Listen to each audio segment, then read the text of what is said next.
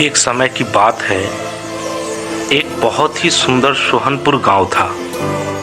इस गांव में हर कोई मिलजुल कर एक साथ रहते थे और इस गांव में बहुत ही पुरानी विशाल एक पीपल का पेड़ था। उस पेड़ पर मुन्ना कबूतर और मुन्नी कबूतर अपने बच्चों के साथ रहते थे। आइए देखते हैं आगे की कहानी। चलो जी, बच्चों को बहुत जोर से भूख लगी है। चलो जल्दी खेत में दाना चुगने के लिए, फिर आकर अपने बच्चों को खाने दूंगा। हाँ जी, चलो जल्दी, हमारे बच्चों को बहुत जोर से भूख लगी है। चलो जल्दी। फिर दोनों कबूतर चले गए गांव के खेत में दाना चुगने के लिए और फिर किसान से खेत में मुलाकात हो जाती है। कैसे हो मुन्नी कबूतर, और तुम्हारे बच्चे कैसे हैं? सब कोई अच्छे हो ना? सब कोई अच्छे हैं। मैं आया हूँ दाना चुगने के लिए। मेरे बच्चों को बहुत जोर से भूख लगी है। ठीक है, जाओ उस खेत में दाना चुगने के लिए, क्योंकि वो खेत हमारा है। उस खेत में कुछ दिन पहले ही हमने गेहूं की कटाई की है। वहाँ बहुत सारे गेहूं के दाने पड़े हुए हैं। फिर वो दोनों कबूतर किसान की खेत में दाना चुगने के लिए खेत में चले गए और अपने बच्चों के लिए वो खाना लेकर अपने घोंसले में आ गए और फिर अपने बच्चों को खाना दिया। इस तरह से दोनों कबूतर अपनी बच्चों के साथ खुशहाल जिंदगी बसर कर रहे थे। फिर एक दिन उस पीपल के पेड़ के नीचे एक सांप आकर रहने लगा। जब कबूतर भोजन के तलाश में निकल जाते तो सांप उनके घोंसले में आकर बच्चों को खा लेता। ऐसा 2 बार हुआ। कबूतर को बहुत दुख हुआ।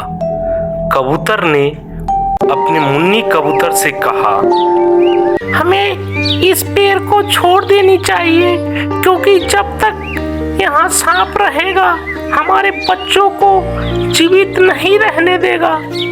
हाँ जी, मैं बहुत दुखी और परेशान हो गई हूँ। मुझे सांप से लड़ने का कोई उपाय नहीं दिख रहा है। चलो दूसरे जगह चली जाती हूँ अपने बच्चों को लेकर। अब कोई उपाय नहीं बचा है। फिर मुन्ना कबूतर ने कुछ देर तक सोचता रहा और फिर अपने बुद्धिमान मित्र उल्लू से सलाह लेने का सोचा। वे उल्लू के पास गए और अपने सारे परेशानी उल्लू से बताया। मित्र, मैं बहुत दुखी और परेशान हो चुका हूँ। मेरे 2 बच्चों को सांप ने खा चुका है। मैं बहुत परेशान हो गया हूँ। मैं अब क्या करूँ, मुझे समझ में नहीं आ रहा है। तुम मुझे मदद करो मित्र। चिंता करके और डर जाने से सांप से छुटकारा नहीं मिल सकता है। शत्रु को खत्म करने के लिए दिमाग लगाओ। फिर चतुर उल्लू ने पल भर सोचा और फिर उनके शत्रु को खत्म करने की शानदार योजना बता दी। कल सुबह मेरे साथ चलो, मैं जैसा बोलूँगा वैसा तुम करना। फिर अगले दिन सुबह में कबूतर और उल्लू ने उड़ते उड़ते एक नदी किनारे पहुंच गए, जहां रानी अपनी दासियों के साथ प्रतिदिन स्नान करने आती थी। वे अपने गहने को उतारकर बैग में रखकर फिर पानी में उतरी। कुछ ही दूरी पर खड़े दरबान गहने की बैग को देख रेख कर रहे थे। तभी उल्लू ने अपने मित्र मुन्ना कबूतर को बोला, चलो जल्दी और और वो गहने की बैग को लेकर उड़ जाता हूँ और अपने घोंसले की तरफ उड़ते हुए जाना है और तुम पीछे पीछे जोर जोर से बोलते हुए चलो। फिर उल्लू ने रानी के गहने का बैग उठाकर उड़ गया। फिर कबूतर उसके पीछे पीछे जोर जोर से बोलते हुए उड़ा। तभी दरबानों का ध्यान कबूतर और उल्लू की तरफ पड़ा। दरबान ने उल्लू को गहने की बैग ले जाते हुए देख लिया। फिर दरबान ने तलवार और भाले चमकाते हुए कबूतर के पीछे पीछे भागने लगे। जल्दी ही कबूतर और उल्लू ने पीपल के पेड़ के पास पहुंच गए और दरबान ने देखा जो उल्लू ने गहने का बैग को सांप के बिल में फेंक दिया।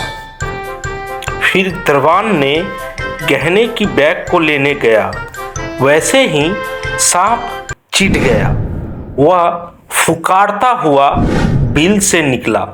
दरबान डर गया और दरबान ने अपने डंडे और भाले से सांप को पीट पीट कर मार दिया और फिर गहने का बैग लेकर वो चले गए।